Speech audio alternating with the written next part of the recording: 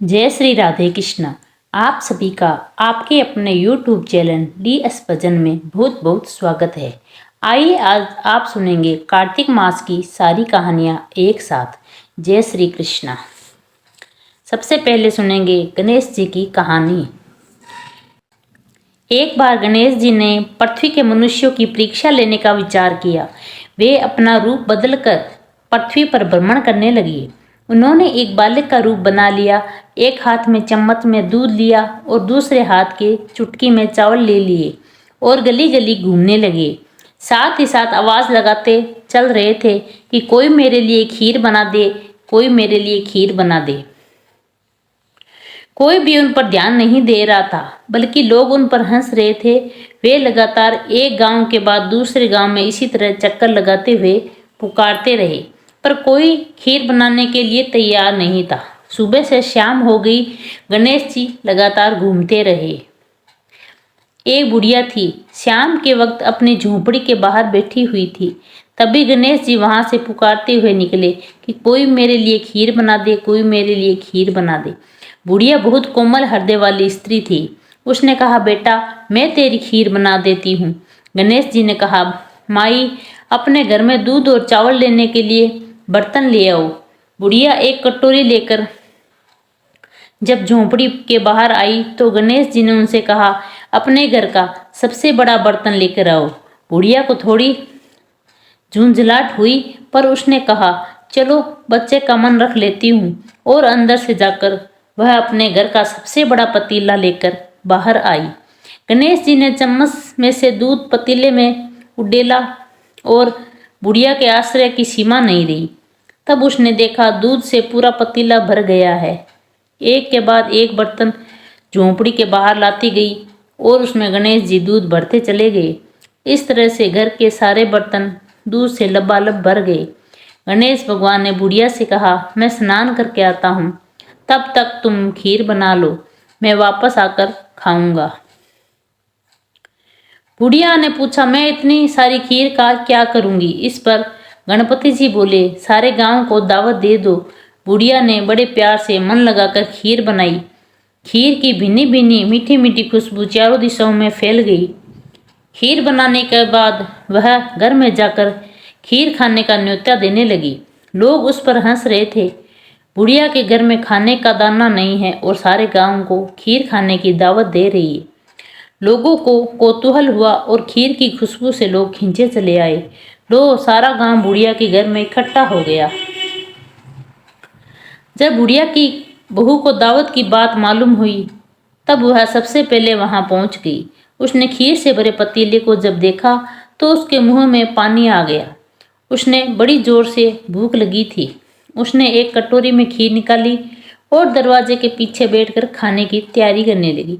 इसी बीच एक छींटा गिर गया और गणपति जी को भोग लग गया। वो प्रसन्न हो गए। अब पूरे गांव को खाने की दावत देकर बुढ़िया वापस अपने घर आई तो उसने देखा बालक वापस आ गया था। बुढ़िया ने कहा, बेटा खीर तैयार है, भोग लगा लो। गणपति जी बोले, माँ भोग तो लग चुका है, मेरा पेट पूरी तरह से भर गया है, मैं तृप्त हूँ। अब तू खा, अपने परिवार और गांव वालों को खिला। बुढ़िया ने कहा, यह तो बहुत ज्यादा है, सबका पेट भर जाएगा। इसके बाद भी वह बच गई। उस बची खीर को मैं क्या करूंगी? इस पर गणेश जी बोले, उसी बची खीर को रात को अपने घर के चारों कोनों में रख देना। और बुढ़िया ने ऐसा ही किया। जब सारा गांव जी भरकर खा चुका था तब ढेर सारी खीर बच गई। उसने उसको पात्रों में अपने घर के चारों तरफ रख दिया। सुबह उठकर उसने क्या देखा, पतीलों में खीर के स्थान पर हीरे जवाहरात और मोती भर गए हैं। वह बहुत खुश हुई। उसने सारी दरिद्रता दूर हो गई और वह आराम से रहने लगी। उसने गणपति जी का एक भव्य मंदिर बनवाया और साथ में एक बड़ा सा तालाब भी खुदवाया। इस तरह उसका नाम दूर दूर तक प्रसिद्ध हो गया। उस जगह वार्षिक मेले लगने लगे। लोग गणेश जी की कृपा प्राप्त करने के लिए उस स्थान पर पूजा करते और मान्यता मानने के लिए आने लगे। गणेश जी सबकी मनोकामनाएं पूरी करने लगे। बोलो गणेश भगवान की जय हो। एक नगर में एक ब्राह्मण दंपति रहते थे। वे दोनों प्रतिदिन 7 कोस दूर गंगा और यमुना नदी में स्नान करने जाते थे। इतनी दूर आने जाने से ब्राह्मण की पत्नी थक जाती थी। एक दिन उसने अपने पति से कहा कि हमारा एक पुत्र होता तो कितना अच्छा रहता। पुत्र के बहू आती तो हमें घर वापस जाने पर खाना बना हुआ मिलता और बहू घर का सारा काम कर देती। अपनी पत्नी की बातें सुनकर ब्राह्मण ने कहा कि तूने बात तो सही कही है, चल मैं तेरे लिए बहू ला ही देता हूँ। ब्राह्मण ने कहा कि एक पोटली में आटा डालकर कुछ मोहरे रख दे। ब्राह्मण के कहे अनुसार उसने पोटली बांधकर दे दी। पोटली लेकर ब्राह्मण चला गया। ब्राह्मण सफर के दौरान यमुना के किनारे बहुत ही एक सुंदर लड़कियां दिखाई दी। वे रेत में घर बनाकर खेल रही थी। उसमें से एक लड़की ने कहा कि मैं अपना घर नहीं बिगाड़ूंगी, मुझे तो रहने के लिए ये घर चाहिए। लड़की की बात सुनकर ब्राह्मण मन ही मन सोचने लगा कि बहू बनाने के लिए यही लड़की उचित है। जब वह लड़की जाने लगी तो ब्राह्मण ने भी उसके पीछे पीछे उसके घर तक चला गया। वहां जाकर ब्राह्मण ने उस लड़की से कहा, बेटी, कार्तिक मास चल रहा है, इसलिए मैं किसी के घर का नहीं खाता। मैं अपने साथ आटा लेकर आया हूँ। तुम अपनी माता से पूछो कि वह मेरे लिए आटा छानकर 4 रोटी बना देगी। यदि वह मेरा आटा छानकर रोटी बनाएगी तो ही मैं रोटी खा लूंगा। लड़की ने जाकर अपनी माँ को ये सारी बात बताई। माँ ने कहा, जाकर ब्राह्मण देवता से कह दो कि वह अपना आटा दे दे और मैं रोटी बना दूंगी। जब वह आटा छानने लगी तो आटे में मोहरें निकली। वह सोचने लगी कि जिसके आटे में इतनी मोहरें हैं उसके घर में कितनी मोहरें होंगी। जब ब्राह्मण खाना खाने बैठा तो लड़की की माँ ने उस ब्राह्मण से पूछा, क्या आपका कोई लड़का है और क्या आप उस लड़के की सगाई करने जा रहे हो? यह सुनकर ब्राह्मण ने कहा कि हाँ, मेरा एक लड़का काशी में पढ़ने गया हुआ है, लेकिन यदि तुम कहो तो खांड कटोरे से विवाह करके तेरी बेटी को अपने साथ ले जाऊं। लड़की की माँ ने कहा, ठीक है ब्राह्मण देव। इस पर लड़की की माँ ने लड़की की खांड कटोरे से शादी करके ब्राह्मण के साथ भेज दिया। ब्राह्मण ने घर आकर कहा, रामू की माँ, दरवाजा खोलकर देख, मैं तेरे लिए बहू लेकर आया हूँ।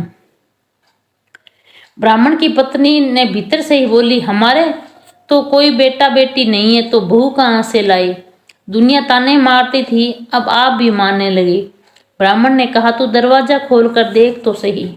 जब ब्राह्मणी ने दरवाजा खोला तो सामने बहू को खड़ी देखा। उसने बहू का स्वागत किया और आदर सत्कार से अंदर ले गई। अब जब ब्राह्मण अपनी पत्नी के साथ नदी स्नान करने जाता तो पीछे से बहू घर का सारा काम करके और खाना बनाकर रखती। वह उनके कपड़े भी धोती और रात को हाथ पैर भी दबाती। इस तरह बहुत दिन बीत गए। ब्राह्मणी ने अपनी बहू से कहा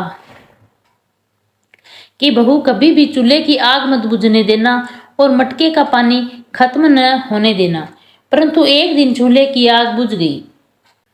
यह देखकर बहू घबरा गई और भागी भागी अपने पड़ोसन के पास गई और कहा कि मेरे चूल्हे की आग बुझ गई है, मुझे थोड़ी सी आग चाहिए। मेरे सास ससुर बहुत सुबह 5 बजे से गए हुए हैं, वह थके हुए घर आएंगे, इसलिए मुझे उनके लिए खाना बनाना है। यह सुनकर पड़ोसन ने कहा कि तू बावली है, तुझे ये दोनों मिलकर पागल बना रहे हैं। इनके कोई पुत्र नहीं है, ये निसंतान है। बहू ने कहा, नहीं ऐसा मत बोलो, इनका बेटा तो बनारस काशी में पढ़ने गया हुआ है। इस पर पड़ोसन ने कहा कि यह तुझे झूठ बोलकर लाए हैं, मेरी बात सच मान, इनके कोई बेटा नहीं है। अब बहू पड़ोसन की बातों में आ गई और कहने लगी कि अब आप ही बताओ मैं क्या करूं। पड़ोसन ने कहा कि करना क्या है, जब तुम्हारे सास ससुर आए तो जली हुई रोटियां बनाकर देना और बिना नमक की दाल बनाकर देना। खीर की कड़छी दाल में और दाल की कड़छी खीर में डाल देना। पड़ोसन ने उसे अच्छे से सिखा पढ़ा दिया। फिर जब उसके सास ससुर घर आए तो उसने न तो उनका आदर सत्कार किया, ना ही उनके कपड़े धोए। जब उसके सास ससुर को खाना दिया तो सास बोली, बहू आज ये रोटियां जली हुई क्यों हैं और दाल भी अलूनी है। तब बहू ने पलटकर कहा कि एक दिन ऐसा खाना खा लोगे तो कुछ बिगड़ नहीं जाएगा तुम्हारा। सास ससुर को खरी खोटी सुनाकर वह फिर से पड़ोसन के पास गई और बोली कि अब आगे क्या करना है। पड़ोसन ने कहा कि अब तू सातों कोठों की चाबी मांग लेना, अगले दिन जब भी स्नान करने जाए तो तू अड़ जाना, 7 कोठों की चाबी चाहिए। तब ससुर ने कहा कि इसे चाबी दे दो। तब सास ने बहू को चाबी दे दी। सास ससुर के जाने के बाद जब बहू ने दरवाजे खोले तो किसी में अन्न भरा था, किसी में धन भरा था और किसी कोठे में बर्तन पड़े थे। जब उसने ऊपर का 7वां कोठा खोला तो देखा शिवजी, पार्वती माता, गणेश जी, लक्ष्मी जी, माता जी, पिंपल पतवारी, कार्तिकेय ठाकुर, राय दामोदर, तुलसी जी का बिड़ला, गंगा यमुना और 33 कोटि देवी देवता विराजमान है। वहीं पर एक लड़का चंदन की चौकी पर बैठा माला जप रहा है। यह सब देखकर उसने लड़के से पूछा कि तुम कौन हो। तब लड़का बोला कि मैं तेरा पति हूँ, अभी दरवाजा बंद कर दो, जब मेरे माता पिता आएंगे तब दरवाजा खोलना। यह देखकर बहू बहुत खुश हुई और 16 श्रृंगार कर सुंदर वस्त्र पहनकर अपने सास ससुर का इंतजार करने लगी। उसने अपने सास ससुर के लिए अच्छे अच्छे पकवान बनाए। जब उसके सास ससुर घर आए तो उसने उनका आदर सत्कार किया और प्रेम पूर्वक खाना खिलाया और हाथ पैर दबाने लगी। और पैर दबाते दबाते बहू ने कहा कि माँ, आप इतने दूर गंगा जमुना स्नान करने के लिए जाती हैं तो आप थक जाती हो, इसलिए आप घर पर ही स्नान क्यों नहीं करती हो। यह सुनकर सास कहने लगी कि बेटी, गंगा जमुना घर पर थोड़ी न बहती है। तब उसने कहा, हाँ माँ जी, बहती है, चलो मैं आपको दिखाती हूँ। जब बहू ने 7वां कोठा खोलकर दिखाया तो उसमें शिव जी, पार्वती जी, गणेश जी, लक्ष्मी जी, पीपल पतवारी, कार्तिकेय ठाकुर, राय दामोदर, तुलसी जी का बिड़ला, गंगा यमुना बह रही है और 33 कोटि देवी देवता विराजमान है। वह चौकी पर बैठा एक लड़का माला जप रहा है। माँ ने उसे देखकर कहा कि बेटा तू कौन है। लड़का बोला, माँ, मैं तेरा बेटा हूँ। तब ब्राह्मणी ने पूछा कि तू कहाँ से आया है। लड़के ने जवाब दिया कि मुझे कार्तिक ने भेजा है। माँ ने कहा, बेटा, यह संसार कैसे मानेगा कि तू मेरा बेटा है। माँ ने कुछ विद्वान पंडितों की मदद मांगी।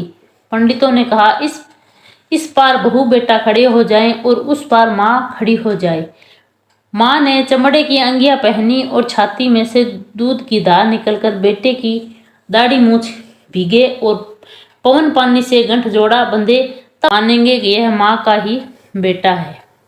उसने ऐसा ही किया। चमड़े की अंगियां फट गई और छाती में से दूध की धार निकलकर बेटे की दाढ़ी मूछ भीग गई। पवन पानी से बहू और बेटे का गंठ जोड़ा बंध गया।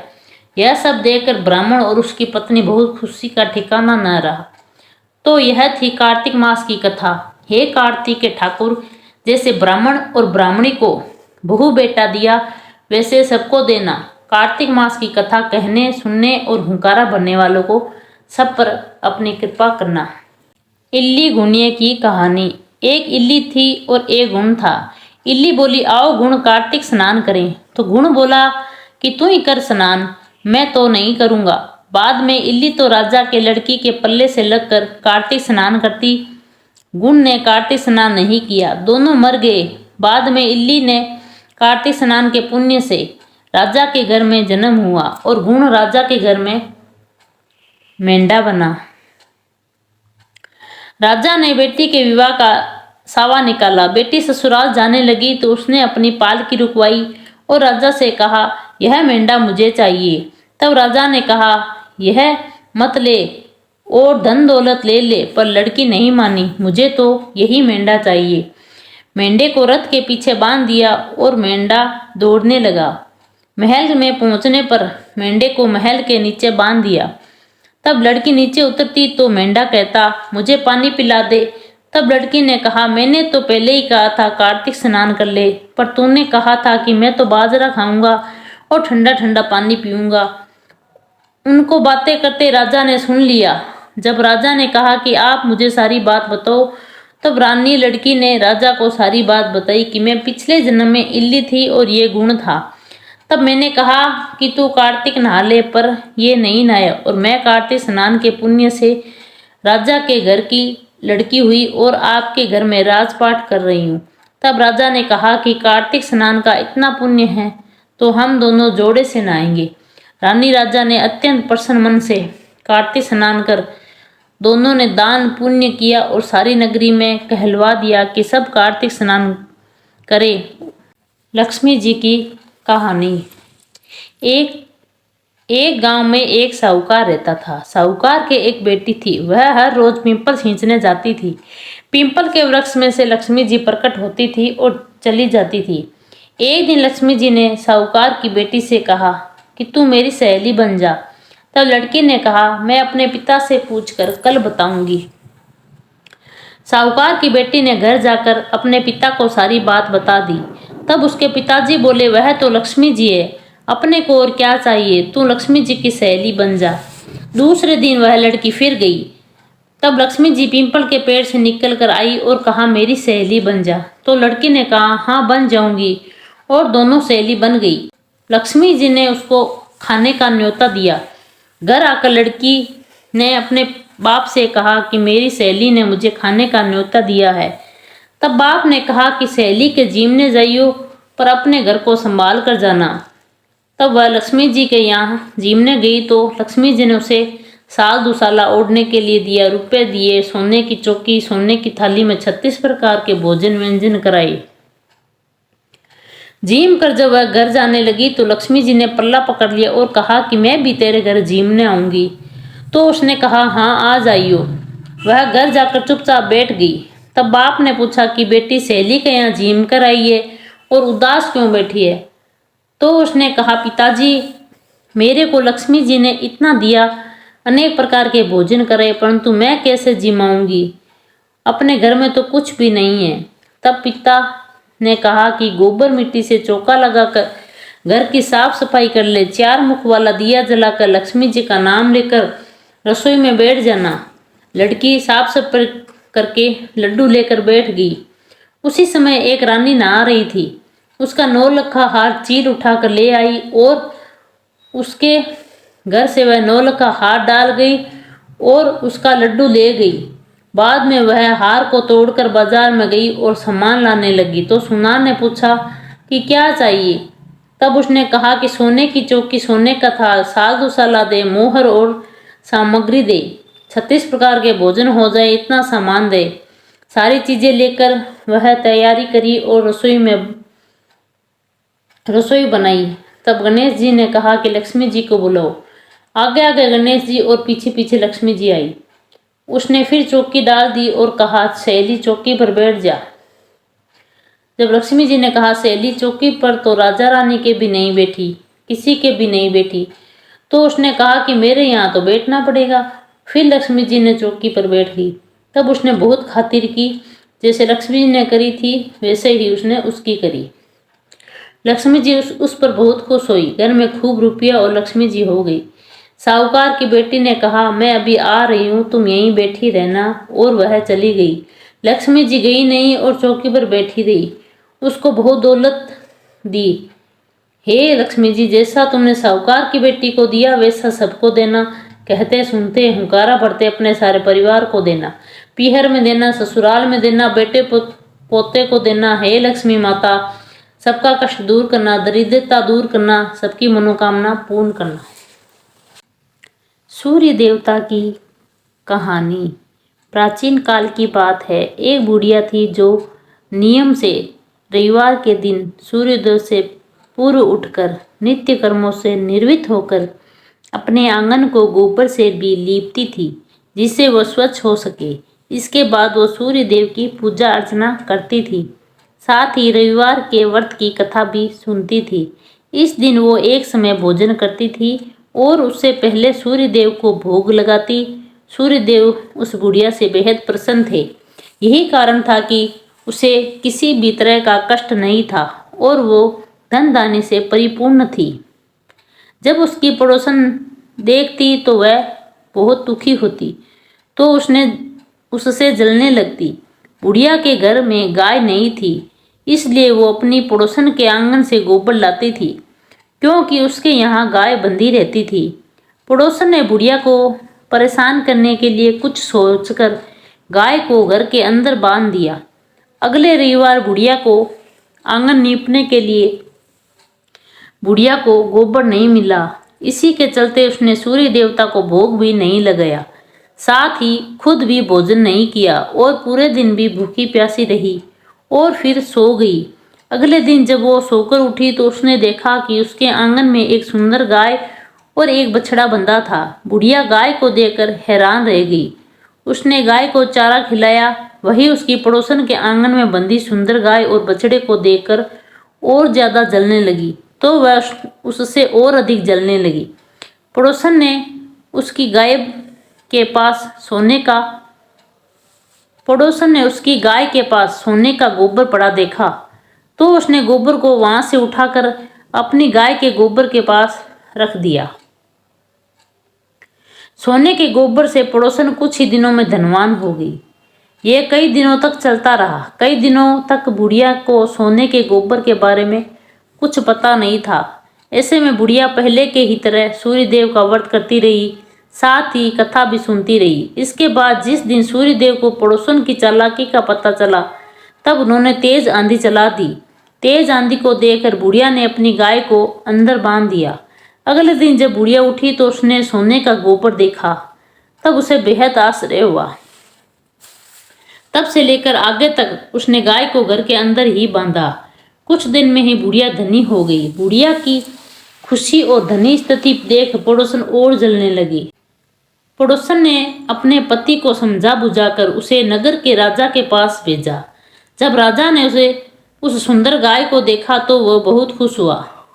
सोने के गोबर को देखकर तो उसकी खुशी का ठिकाना न रहा और नगर के पास सुंदर गाय को देखकर राजा बहुत खुश हुआ। सुबह जब राजा ने सोने का गोबर देखा तो उसको आश्चर्य का ठिकाना न रहा। वहीं बुढ़िया भूखी प्यासी रहकर सूर्य भगवान से प्रार्थना कर रही थी। सूर्य देव को उस पर करुणा आई। उसी रात सूर्य देव राजा के सपने में आए और उनसे कहा कि हे राजन, बुढ़िया की गाय व बछड़ा तुरंत वापस लौटा दो। अगर ऐसा नहीं किया तो तुम परेशानियों का पहर टूट पड़ेगा। सूर्य देव के सपने में राजा को बुरी तरह डरा दिया। इसके बाद राजा ने बुढ़िया को गाय और बछड़ा लौटा दिया। राजा ने बुढ़िया को ढेर सारा धन दिया और क्षमा मांगी। वही राजा ने पड़ोसन और उसके पति को सजा भी दी। इसके बाद राजा ने पूरे राज्य में घोषणा कराई कि रविवार को हर कोई व्रत किया करे। सूर्य देव का व्रत करने से व्यक्ति धन धान्य से परिपूर्ण हो जाता है, साथ ही घर में खुशहाली भी आती है। बोलो सूर्य भगवान की जय हो। सीता माता की कहानी। यह कहानी सीता माता कहती थी और श्री राम इसे सुना करते थे। एक दिन श्री राम भगवान को किसी काम के लिए बाहर जाना पड़ गया, तो सीता माता कहने लगी कि हे भगवान, मेरा तो 12 वर्ष का नित्य नेम है। अब आप बाहर जाएंगे तो मेरी कहानी कौन सुनेगा। श्री राम ने कहा कि तुम कुएं की पाल पर जाकर बैठ जाना और वहां जो औरतें पानी भरने आएगी उन्हें अपनी कहानी सुना देना। सीता माता कुएं की पाल पर जाकर बैठ गई।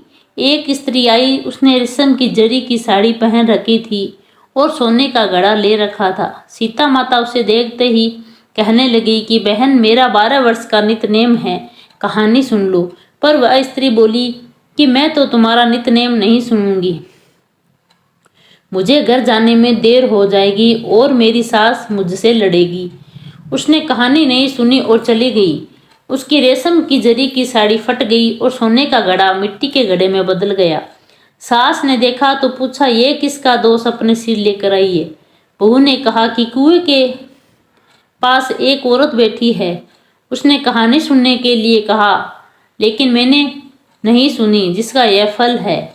बहू की बात सुनकर अगले दिन वह साड़ी और घड़ा लेकर सास कुएं की पाल पर गई।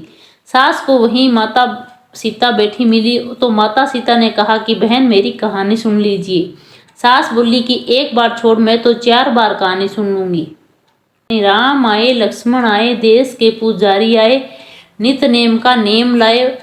आओ राम, बैठो राम, तप्पी रसोई जिमो राम, माखन मिश्री जिमो राम, दूध पतासा पियो राम, सूत के पलना मोठो राम, साल दो साला पोडो राम, साल दो साला ओडो राम, जब बोलूं जब राम ही राम, राम सवारे सबके काम, खाली घर भंडार भरेंगे, सबका बेड़ा पार करेंगे, जय राम श्री राम जय राम, श्री राम जय राम।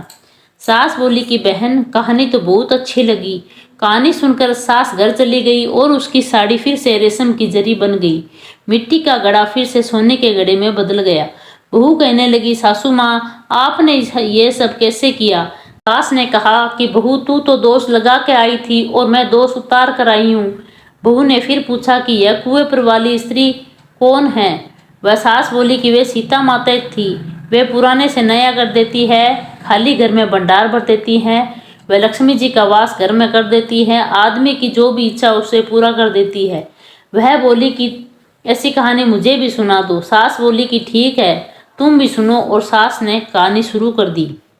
राम आए लक्ष्मण आए, देश के पुजारी आए, नित नेम का नेम लाए, आओ राम बैठो राम, तपी रसियो जीमो राम, माखन मिश्री खाओ राम, दूध बतासा पियो राम, सूद के पलना मोठो राम, साल दुसाला पोडो राम, साल दुसाला ओडो राम, जब बोलूं जब राम ही राम, राम सवारे सबके काम, खाली घर भंडार भरेंगे, सबका बेड़ा पार करेंगे, श्री राम जय राम जय राम, श्री राम जय राम। कहानी सुनकर बहू बोली कि कहानी तो बहुत अच्छी लगी। सास ने कहा ठीक है, इस कहानी को रोज कहा करेंगे। अब सास और बहू रोज सवेरे उठती, नहाती धोती और पूजा करने के बाद नित नेम का सीता की कहानी कहती। एक दिन उनके यहाँ एक पड़ोस औरत बन के आई और बोली कि बहन जरा सी आंच दे देना। वह बोली कि आंच तो अभी हमने जलाई नहीं है। पड़ोसन ने कहा कि तुम सुबह 4 बजे उठकर क्या कर रही हो? फिर उन्होंने कहा कि सुबह उठकर हम पूजा करते हैं, फिर सीता माता की नित नेम की कहानी कहते हैं। पड़ोसन ने उसकी बात सुनकर फिर कहा कि सीता माता की कहानी कहने से तुम्हें क्या मिला? वे बोले कि इनकी कहानी कहने से घर में भंडार बढ़ जाते हैं, सारे काम सिद्ध हो जाते हैं, मन की इच्छा भी पूरी होती है। पड़ोसन कहती है कि बहन ऐसी कहानी तो मुझे भी सुना दो। फिर वह बोली कि ठीक है तुम भी यह कहानी सुन लो। राम आए लक्ष्मण आए, देश के पुजारी आए, नित नेम का नेम लाए, आओ राम बैठो राम, तपी रसियो जीमो राम, जय राम श्री राम जय राम। सारी कहानी सुनने के बाद पड़ोसन कहने लगी बहन कहानी तो मुझे बहुत अच्छी लगी। अब वह पड़ोसन भी नित नेम नितक सीता माता की कहानी कहने लगी। सीता माता ने पड़ोसन के भी भंडार भर दिए। अब तो पूरे मोहल्ले में नितनेम की कथा चल पड़ी, हर किसी की मनोकामना पूरी होने लगी। हे सीता माता, जैसे आपने उनके भंडार भरे वैसे ही हमारे भी भंडार भरना, कहानी सुनने वाले के और कहानी कहने वाले के भी। बोलो सीता माता की जय हो। नगर बसेरे की कहानी। इस कहानी को जाटके बाटके की कहानी भी कहते हैं। किसी गांव में एक भाट और एक जाट रहते थे। दोनों में घनिष्ठ मित्रता थी। एक बार जाट अपनी बहन के घर जाने के लिए तैयार हुआ तो भाट भी अपने ससुराल जाने को तैयार हुआ। दोनों साथ साथ चल पड़े तो रास्ते में रुककर एक कुएं के मुंडे पर बैठ गए। जाट ने कहा भाट कि नगर बसेरा कर लेते हैं। इस पर भाट बोला तू ही कर नगर बसेरा, मैं तो अपने ससुराल जा रहा हूँ, वहाँ खूब खातिरदारी होगी, तू कर ले नगर बसेरा।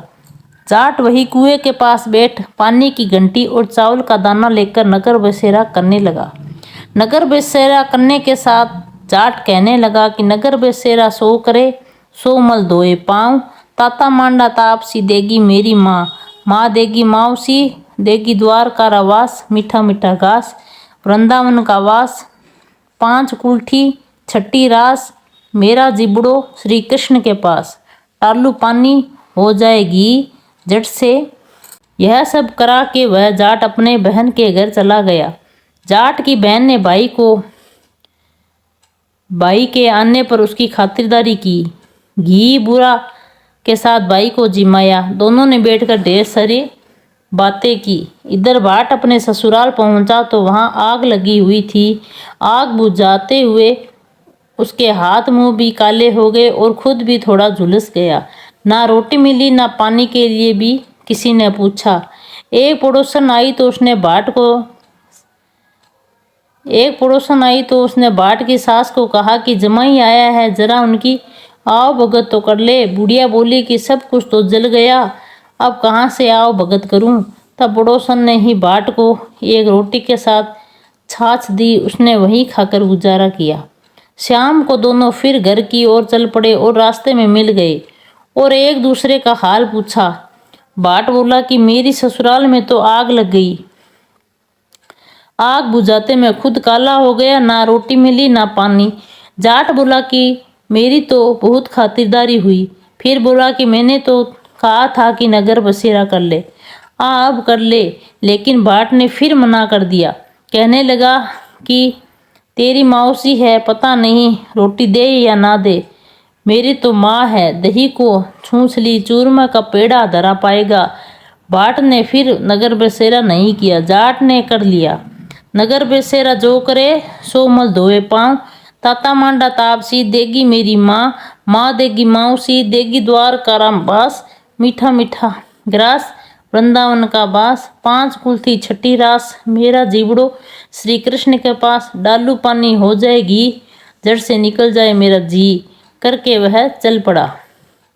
घर पहुंचते ही जाट की मौसी ने बहुत लाड प्यार किया। उधर बाट घर गया तो उसकी भैंस खो गई। बाप एक लाठी रखे तो दूसरी उठाई, कहने लगा कि ससुराल गए तो आग लगा दी, अब यहाँ आया तो भैंस खो दी। बाप ने कहा कि पहले भैंस लेकर आओ तभी रोटी पानी मिलेगा। सारा दिन बाट भैंस को ढूंढता रहा, लेकिन उसे भैंस कहीं नहीं मिली। जाट और बाट की मुलाकात फिर से बाजार में हो गई। जाट ने बाट की हालचाल पूछे तो बाट बोला, आते ही मेरी भैंस खो गई, बस उसी दिन से भैंस ढूंढ रहा हूँ, रोटियों का तो पूछो ही मत। जाट ने कहा कि मैंने तो पहले ही कहा था कि नगर बसेरा कर ले। जाट की बात सुनकर बाट बोला कि तेरे नगर बसेरे में इतनी ताकत है तो चल अब कर लेते हैं। दोनों ने बैठकर नगर बसेरा किया। नगर बसेरा सो करे सो मल धोए पाए। ताता मांडा मौसी देगी मारी माँ, देगी द्वार का रावास, मीठा मीठा ग्रास वृंदावन का वास। 5 कुल थी छठी रास, मेरा जीबड़ो श्री कृष्ण के पास। डालू पानी हो जाएगी, जड़ से निकल जाए मेरा जी। दोनों के नगर बसेरा करने पर बाट जैसे ही आगे बढ़ा तो उसकी खोई भैंस मिल गई, जिसे लेकर वह घर पहुंचा। घर पहुंचते ही माँ ने कहा कि लड़के को आते ही घर से निकाल दिया, सारे दिन से भूखा प्यासा भटक रहा है। यह कहकर उसकी माँ ने उसको खूब खिलाया पिलाया। इस घटना के बाद सारे नगर में ढिंडोरा पिटवा दिया कि कार्तिक में सब कोई अपने पीहर सासरे आते जाते नगर बसेरा करे। जैसे बाट को नगर बसेरा करने का फल मिला, वैसा ही हर किसी को मिले। 8 वारों की कथा। एक माँ और एक बेटा था। माँ नहाने गई तो बहू से कह गई कि मेरे बेटे को सुबह रोटी दे दियो। उसने कहा अच्छा दे दूंगी। सुबह बेटा बोला माँ रोटी दे। बहू बोली ना माँ है ना रोटी, कमा के लाओगे तभी रोटी मिलेगी। वह बोला भगवान मैं तो कमाना नहीं जानूं, लेकिन बहू नहीं मानी। उसने कहा अच्छा तो 4 रोटी दे दे। बहू ने बनाकर दे दी। वह रोटी लेकर कुएं की पाल पर जाकर बैठ गया और कहने लगा राम कमानी ना जानूं। भगवान ब्राह्मण का वेश बना कर आए। बोले तुम ऐसे क्यों उदास बैठे हो? वह बोला मेरी पत्नी ने कहा है कि कमा के लाओगे तो रोटी मिलेगी, पर मैं तो कमाना नहीं जानता। ब्राह्मण बोले भैया कमाना तो मैं भी नहीं जानता, पर मैं 8 वारों का नाम जानता हूँ, जिससे तेरे अटूट धन के भंडार हो जाएंगे। गेहूं के दाने और पानी की घंटी लाओ, एक बर्तन को उखाड़ो, आधों को सीधा करो। ब्राह्मण ने कही उसने सुनी। रविवार, सोमवार, मंगलवार, बुधवार, बृहस्पतिवार, शुक्रवार, शनिवार 8 वारों का आसरा भरियो पीहर सासरा। अटूट भंडार होते चले गए।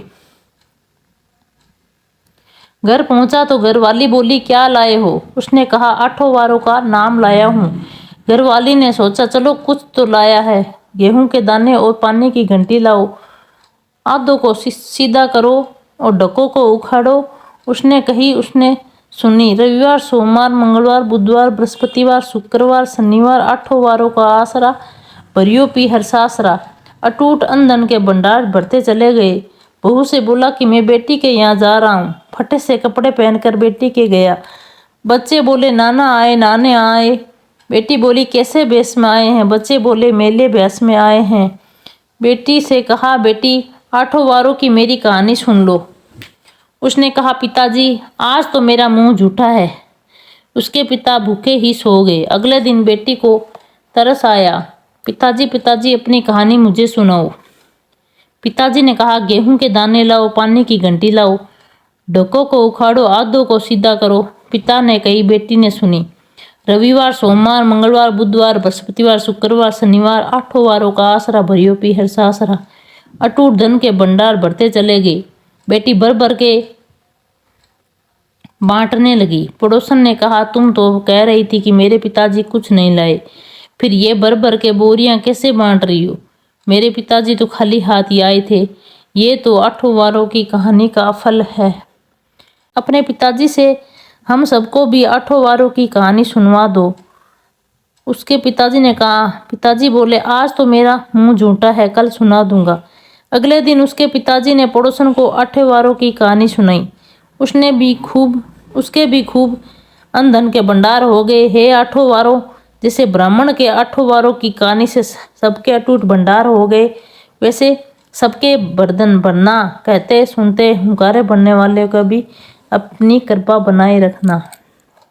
आंवला नवमी की कथा। एक राजा था। उसका प्रण था वह रोज 1.25 मन आंवले दान करके ही खाना खाता था। इससे उसका नाम आंवलिया राजा पड़ गया। एक दिन उसके बेटे और बहू ने सोचा कि राजा इतने सारे आंवले रोजाना दान करते हैं, इस प्रकार तो एक दिन सारा खजाना खाली हो जाएगा। इसलिए बेटे ने राजा से कहा कि उसे इस तरह दान करना बंद कर देना चाहिए। बेटे की बात सुनकर राजा को बहुत दुख हुआ और राजा और रानी दोनों महल छोड़कर बियाबान जंगल में जाकर बैठ गए। राजा रानी आंवला भी दान नहीं कर पाए और प्रण के कारण कुछ खाया नहीं। जब भूखे प्यासे 7 दिन हो गए तब भगवान ने सोचा कि यदि मैंने इनका प्रण नहीं रखा और इसका सत नहीं रखा तो विश्वास चला जाएगा। इसलिए भगवान ने जंगल में ही महल, राज्य और बाग बगीचे सब बना दिए और ढेरों आंवलों के पेड़ भी लगा दिए। सुबह राजा रानी उठे तो देखा कि जंगल में उनके राज्य से भी 2 गुना राज्य बसा हुआ है। राजा रानी से कहने लगे, रानी देख कहते हैं सत मत छोड़ो, सुरमा सत छोड़िया पत जाए, सत की छोड़ी लक्ष्मी फेर मिलेगी आए। आओ नहा धोकर आंवले दान करें और भोजन करें। राजा और रानी ने आंवले दान करके खाना खाया और खुशी खुशी जंगल में रहने लगे। उधर आंवला देवता का अपमान करने व माता पिता से बुरा व्यवहार करने के कारण बहू और बेटे के बुरे दिन आ गए। राज्य दुश्मनों ने छीन लिया। दाने दाने को मोहताज हो गए और काम ढूंढते हुए अपने पिताजी के राज्य में आ पहुंचे। उनके हालत इतने बिगड़े हुए थे कि पिता ने उन्हें बिना पहचाने हुए काम पर रख लिया। बेटे बहू ने भी सोच नहीं सकते कि उनके माता पिता इतने बड़े राज्य के मालिक भी हो सकते हैं, सो उन्होंने भी अपने माता पिता को नहीं पहचाना। एक दिन बहू ने सास के बाल गूंथते समय उनकी पीठ पर मस्सा देखा। उसे यह सोचकर रोना आने लगा कि ऐसा मस्सा मेरी सास के भी था। हमने ये सोचकर उन्हें आंवले दान करने से रोका था कि हमारा सारा धन नष्ट हो जाएगा। आज वे लोग न जाने कहाँ होंगे। यह सोचकर बहू को रोना आने लगा और आंसू टपक टपक कर सास की पीठ पर गिरने लगे। रानी ने तुरंत पलट कर देखा और पूछा कि तू क्यों रो रही है? उसने बताया, आपकी पीठ जैसा मस्सा मेरी सास के पीठ पर भी था। हमने उन्हें आंवले दान करने से मना कर दिया था, इसलिए वे घर छोड़कर कहीं चले गए हैं। तब रानी ने उन्हें पहचान लिया, सारा हाल पूछा और अपना हाल बताया। अपने बेटे और बहू को समझाया कि दान करने से धन कम नहीं होता बल्कि बढ़ता है। बेटे बहू भी अब सुख से राजा रानी के साथ रहने लगे। हे भगवान, जैसा राजा रानी का सत रखा वैसा सबका सत रखना। कहते सुनते सारे परिवार का सत रखना। लपसी तपसी की कहानी। एक लपसी था, एक तपसी था। तपसी तो भगवान की तपस्या करता था और लपसी सवा शेर की लपसी बनाकर उसको भोग लगाकर जीम लेता। एक दिन दोनों लड़ने लगे। लपसी बोला मैं बड़ा, तपसी बोला मैं बड़ा। इतने में नारद मुनि आए और बोले तुम क्यों लड़ रहे हो? तो लपसी ने कहा मैं बड़ा हूं और तपसी ने कहा मैं बड़ा। तपसी बोला मैं सारे दिन भगवान की पूजा करता हूं। यह सुन नारद जी ने कहा कि मैं तुम्हारा फैसला कल कर दूंगा।